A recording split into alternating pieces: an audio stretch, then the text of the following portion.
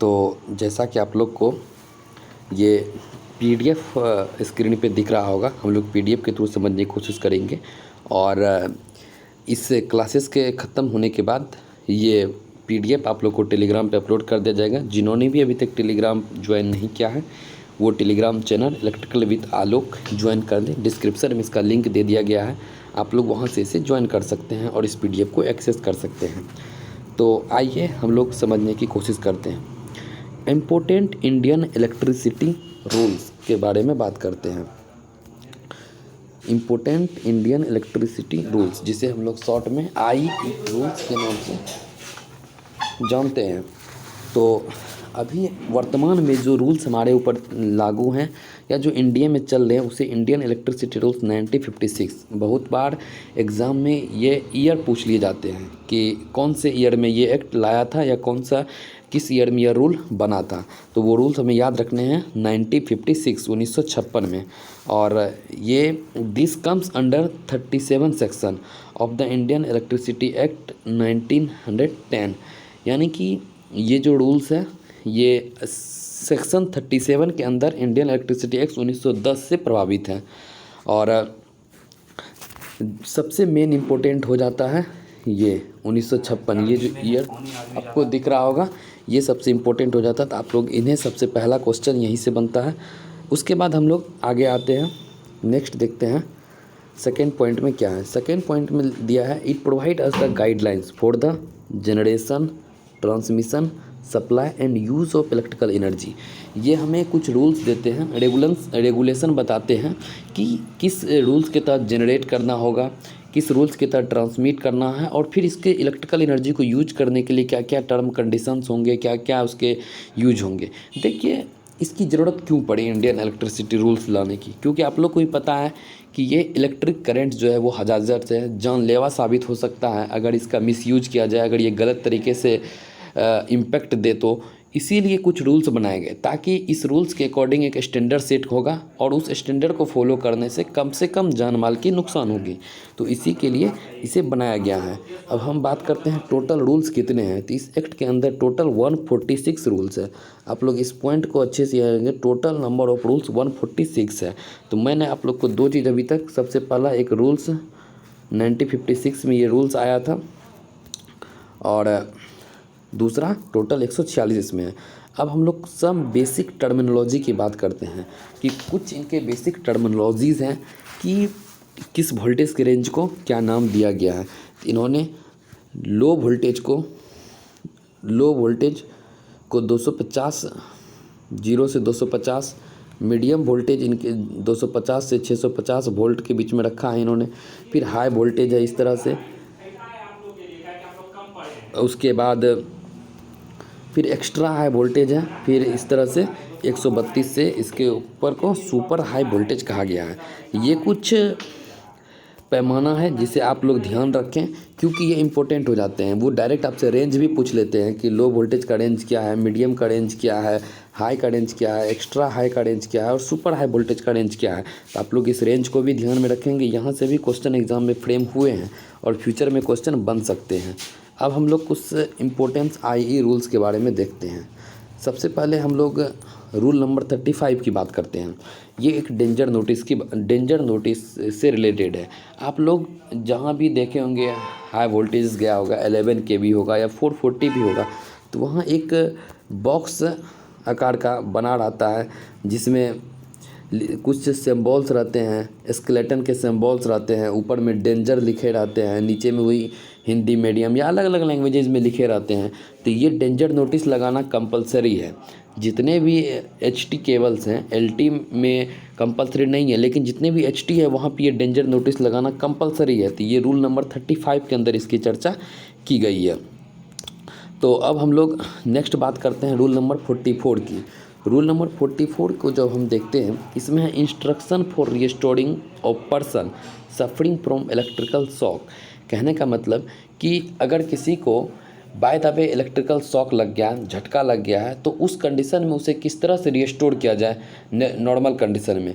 जैसे हम लोग पढ़ते भी हैं आर्टिफिशियल रिस्पायरेशन देते हैं हम लोग उसे ज़मीन पे लेटा के इस तरह से कुछ पंप करते हैं ताकि वो अपने वापस कंडीशन में उसका रिस्पायरेशन चालू हो, जो सांस रुका हुआ है। तो इन सब की जो मेथड्स हैं वो रूल नंबर 44 में डिस्कस किए गए हैं। तो ये भी एक इम्पोर्टेंट रूल्स हो जाते हैं रूल नंबर 44। आप लोग इसे देखें। और ये बस 2 ही चीज़ याद, किस रूल नंबर में किस चीज़ का मेंशन किया गया है, ये ज़रूरी हो जाता है याद रखना। अब हम लोग रूल नंबर 49 को देखते हैं। रूल नंबर 49 में है लीकेज ऑन कंज्यूमर परमिसेस। ये एक इम्पोर्टेंट टर्म है। इसके अंदर मैं आप लोग को 2-3 क्वेश्चन एक्स्ट्रा भी बताऊंगा। लीकेज ऑन कंज्यूमर परमिसेस का मतलब हुआ कि कंज्यूमर जो भी एप्लियंसेस लगाए हुए हैं वहाँ एनर्जी वेस्टेज ना हो, वहाँ लीकेज ना हो, करंट ग्राउंड में नहीं जा रहा हो, वेस्ट होना हो करंट का। इसके लिए कुछ पैमाने हैं, तो वो रूल नंबर 49 में दिए गए हैं।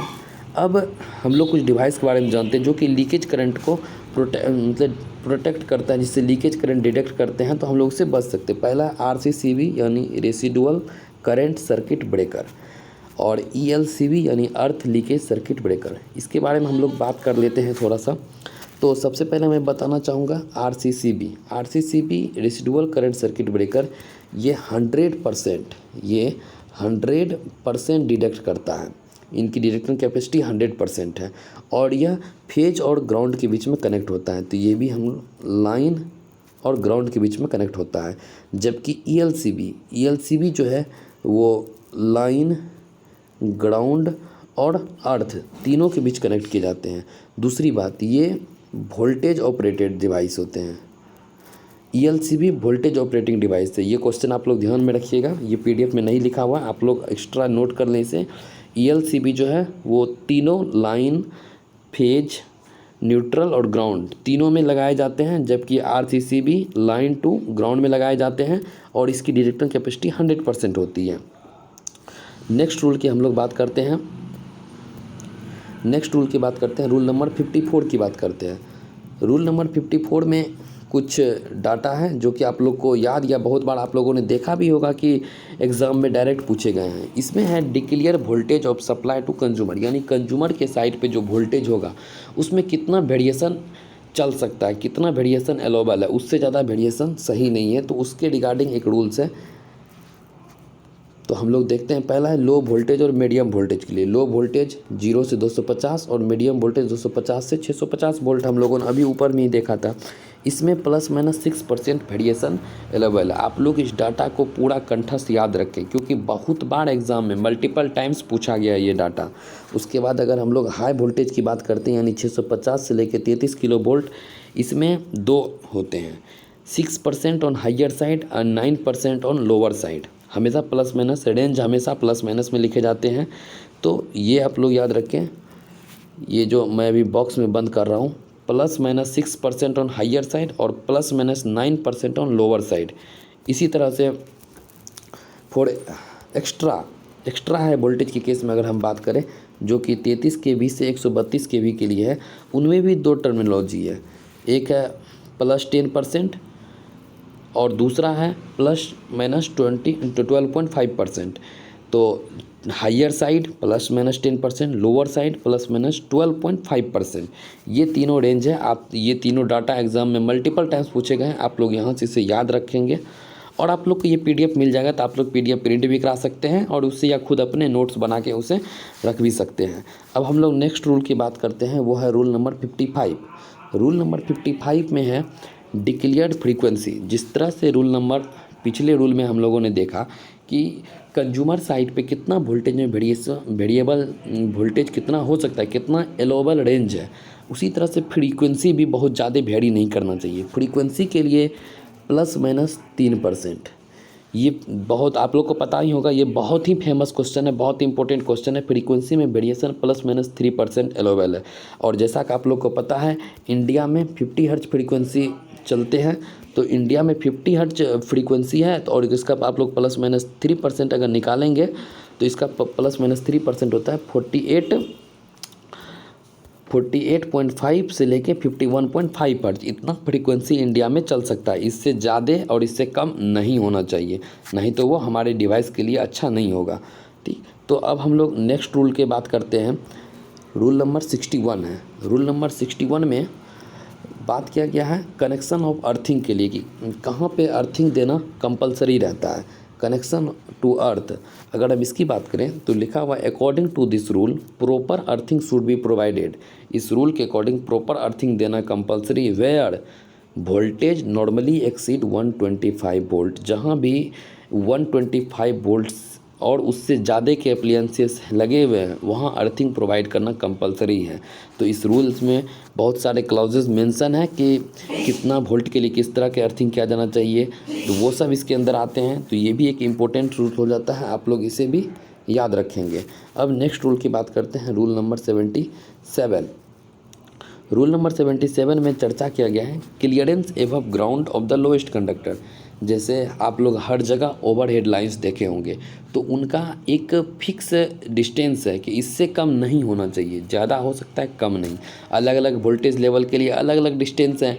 कहीं आप लोग अपने डिस्ट्रीब्यूशंस देखे होंगे, वो नॉर्मली कम हाइट पे होते हैं, वही आप लोग जब हाई वोल्टेज का ट्रांसमिशन देखे होंगे वो नॉर्मली ज़्यादा आप देखते होंगे। तो ये अलग अलग वोल्टेज लेवल के लिए अलग अलग डिस्टेंस तय गया है। इस बात की चर्चा रूल नंबर 77 में किया गया है। अब हम लोग देखते हैं इसमें क्या क्या है। For low voltage and medium voltage के लिए 5.8 मीटर, यानी ग्राउंड से इतना ऊंचा होना चाहिए ओवरहेड कंडक्टर। मिनिमम इतना हाइट होना ही चाहिए, इससे कम नहीं होना चाहिए। और अगर हाई वोल्टेज की बात करें हम लोग, तो हाई वोल्टेज के केस में 6.1 मीटर, हाई वोल्टेज केस में 6.1 मीटर। तो ये दोनों डाटा आप लोग को याद होनी चाहिए। ये भी एग्ज़ाम में फ्रीक्वेंटली पूछे गए डाटा हैं।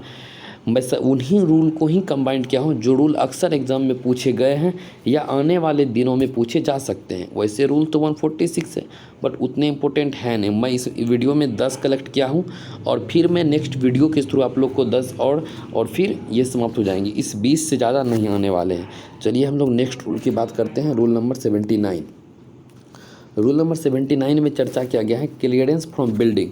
इससे पहले रूल में हम लोगों ने देखा कि ग्राउंड से क्या क्लियरेंस होना चाहिए, अब एक बिल्डिंग से क्या क्लियरेंसन होना चाहिए, क्योंकि शहर में, गांव में, हर एक जगह बहुत ऊंचे ऊंचे बिल्डिंग्स होते हैं। तो उस बिल्डिंग्स और ओवरहेड लाइंस के बीच में का सेपरेशन क्या होना चाहिए, हम लोग उसकी बात रूल नंबर 79 में करते हैं। तो clearance from building of low and medium voltage lines, low and medium voltage के लिए रूल नंबर 79 डील करता है। वर्टिकल क्लियरेंस का मतलब हुआ, जैसे मैं यहाँ एक बिल्डिंग बना रहा हूँ, ठीक है, और यहाँ पे ओवरहेड लाइंस है, तो ये ओवरहेड लाइंस है। तो ये जो इनका डिस्टेंस है, इस डिस्टेंस को हम लोग हॉरिजॉन्टल डिस्टेंस कहते हैं। और अगर कोई वायर इस तरह से गया है तो ये डिस्टेंस को हम लोग वर्टिकल डिस्टेंस कहते हैं। तो दोनों के लिए कुछ न कुछ टर्म एंड कंडीशन दिए गए हैं। तो अब हम लोग देखते हैं वो क्या है। तो आप लोग को दिख रहा होगा ये दो डाटा हैं। वर्टिकल यानी कि छत से मिनिमम 2.5 मीटर तो ऊंचा होना ही चाहिए छत से, और हॉरिजॉन्टल यानी छत से दूर कितना, हॉरिजॉन्टल डिस्टेंस जो मैंने आप लोग को बताया इस फॉर्मेट में बिल्डिंग से, वो 1.2 मीटर होने चाहिए।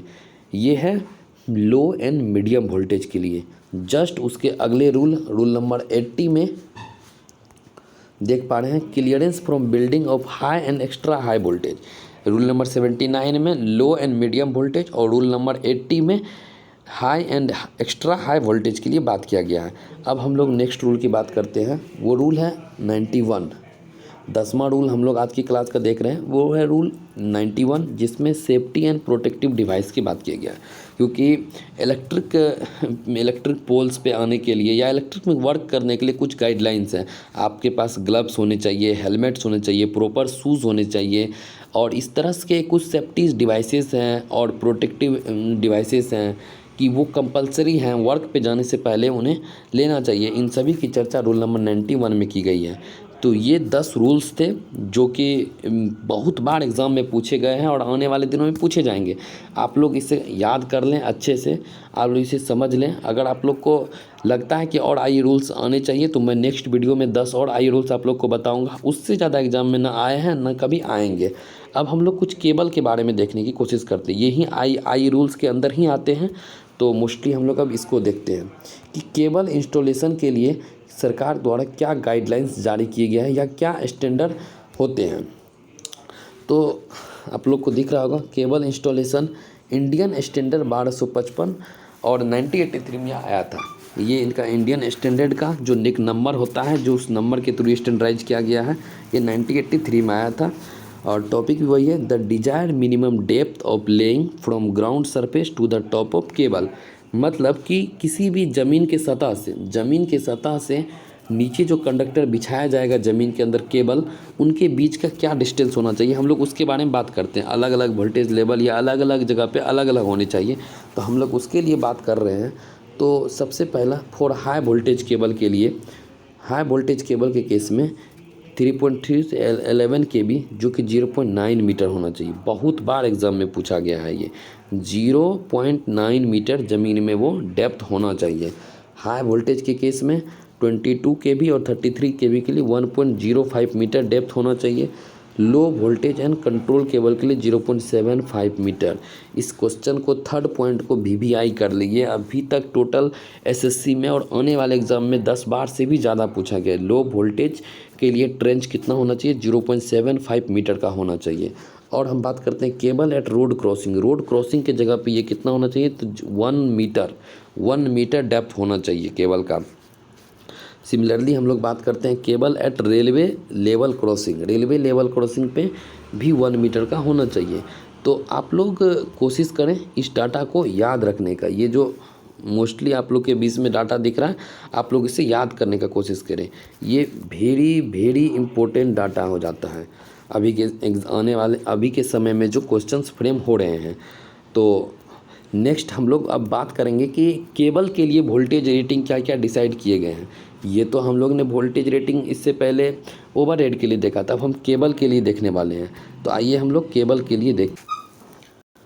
तो आप लोग के सामने वो दिख रहा है, classification of cable according to voltage level. अलग अलग वोल्टेज लेवल के लिए अलग अलग है। यहाँ पे हम लोग टेंशन में बात करते हैं, तो हम लोग देखते हैं यहाँ पे low tension cable 0 to 1 kilo volt के लिए है।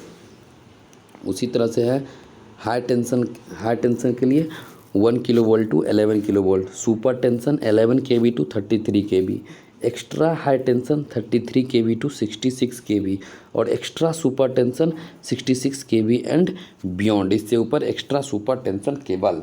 तो ये सभी केबल के टाइप हैं, HT cable, LT cable, ST cable, EHT और EST। इस तरह से आपको शॉर्ट में भी आ सकते हैं, तो आप लोग शॉर्ट प्लस इसका फुल फॉर्म दोनों को अच्छे से याद रखें। ये बहुत केबल के लिए इम्पोर्टेंट हो जाता है ये डाटा। तो आप लोग इसको VVI मान के याद रखेंगे कि केबल का रेटिंग क्या है। इससे पहले हमने ओवरहेड के लिए बताया था वो रेटिंग, ये केबल के लिए रेटिंग है। तो ये अब मैं कुछ पावर सर्किट और लाइट और फैन सर्किट से रिलेटेड एक डाटा है, उन्हें आप लोग के साथ शेयर कर रहा हूँ।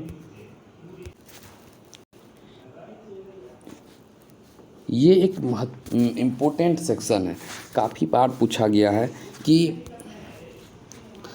लाइट फैन सब सर्किट में कितने आउटलेट्स पॉइंट्स हो सकते हैं और कितने टोटल पावर का लोड उससे कनेक्ट होना चाहिए। तो लाइट और फैन सब सर्किट में टोटल 10 आउटलेट पॉइंट हो सकते हैं और उससे 800 वाट से ज़्यादा का लोड कनेक्ट नहीं होना चाहिए। 800 वाट पावर रेटिंग और आउटलेट पॉइंट 10 होने चाहिए लाइट एंड फैन सब सर्किट के लिए। वही अगर हम लोग बात करें पावर सब सर्किट के लिए 2 ही होने चाहिए, मैक्सिमम आउटलेट पॉइंट 2 होने चाहिए और इसका पावर 3000 वाट से ज़्यादा के अप्लायंसेस नहीं लग सकते हैं पावर सब सर्किट में। ये दोनों डाटा है, काफ़ी बार अलग अलग तरह से क्वेश्चन इस पे पूछे गए हैं कि पावर सब सर्किट में मैक्सिमम आउटलेट कितने होंगे, कितना मैक्सिमम वाट का लोड कनेक्ट किया जा सकता है, लाइट फैन सब सर्किट में भी कितने मैक्सिमम आउटपुट हो सकते हैं, कितने कनेक्टेड पावर कितना कनेक्ट किया जा सकता है। तो ये जो इम्पोर्टेंट चीज़ है आप लोग इन्हें ज़रूर देखें और इनसे क्वेश्चन फ्रेम हुआ है। इस PDF में सिर्फ उन्हीं चीज़ को लिया गया है जिससे कि क्वेश्चन बार बार फ्रेम हुए हैं। आप लोग ने प्रीवियस ईयर लगा रहे होंगे या मॉक लगाते होंगे, इस तरह के सवाल आपको बार बार आते होंगे। तो आप लोग इस पे अच्छे से कमेंट करें, आप लोग को ये PDF मिल जाएगा। PDF के लिए आप लोगों को टेलीग्राम चैनल का लिंक मैं डिस्क्रिप्शन में दे दूँगा, इलेक्ट्रिकल विद आलोक है, आप उसे ज्वाइन कर लेंगे। और मैं अब एक वीडियोस रेगुलर लाने जा रहा हूँ और ख़ासकर उस टॉपिक पे वीडियो लाने जा रहा हूँ कि जो अक्सर कोचिंग या क्लासेस में ना मैंने पढ़ा था ना जनरली पढ़ाए जाते हैं। आप लोग नोटिस किए होंगे पिछले साल जो 2022 में एग्ज़ाम हुए हैं उसमें टेंडरिंग के सवाल आ रहे हैं हर पेपर में दो तीन टेंडरिंग, जो कि नॉर्मली हम लोग नहीं पढ़ते हैं। तो मैं उसी टॉपिक को पहले कवर कर रहा हूँ। जैसे मैंने आज आईई रूल्स को कवर किया, कल होके इल्यूमिनेशन के पार्ट्स को कवर करेंगे, हीटिंग के, वेल्डिंग के, और इन सब पे हम लोग एग्ज़ाम से पहले लगभग 100 क्वेश्चन से ज़्यादा प्रैक्टिस करके जाएंगे, ताकि एग्ज़ाम में कोई भी क्वेश्चन नया ना लगे। एग्ज़ाम से पहले हमारी तैयारी 100% हो जानी चाहिए। तो एक सीरीज़ आएगी, इसी सब तरह के छोटे छोटे वीडियोज़ के सीरीज आएंगे, जिसे आप अच्छे से कवर कर पाएंगे, आप याद रखेंगे। और सारे का PDF, सबसे इम्पोर्टेंट, आपको सारे का हैंड रिटेन PDF टेलीग्राम पे अपलोड किया जाएगा। तो आप लोग टेलीग्राम चैनल को भी विजिट करें, वहाँ ज्वाइन करें, और इस यूट्यूब चैनल को सब्सक्राइब कर लें, और अपने दोस्तों के साथ शेयर करें। जो भी SSC JEE 2023 या फिर आने वाले UPPCL JEE या बार के फॉर्म में NHPC, झारखंड JEE, हर एग्ज़ाम के लिए यह कॉमन टॉपिक है और इम्पोर्टेंट टॉपिक है। तो आप लोग अपने दोस्तों को शेयर करें, इसे सब्सक्राइब करें, और मिलते हैं हम लोग नेक्स्ट वीडियो में नेक्स्ट टॉपिक के साथ। धन्यवाद।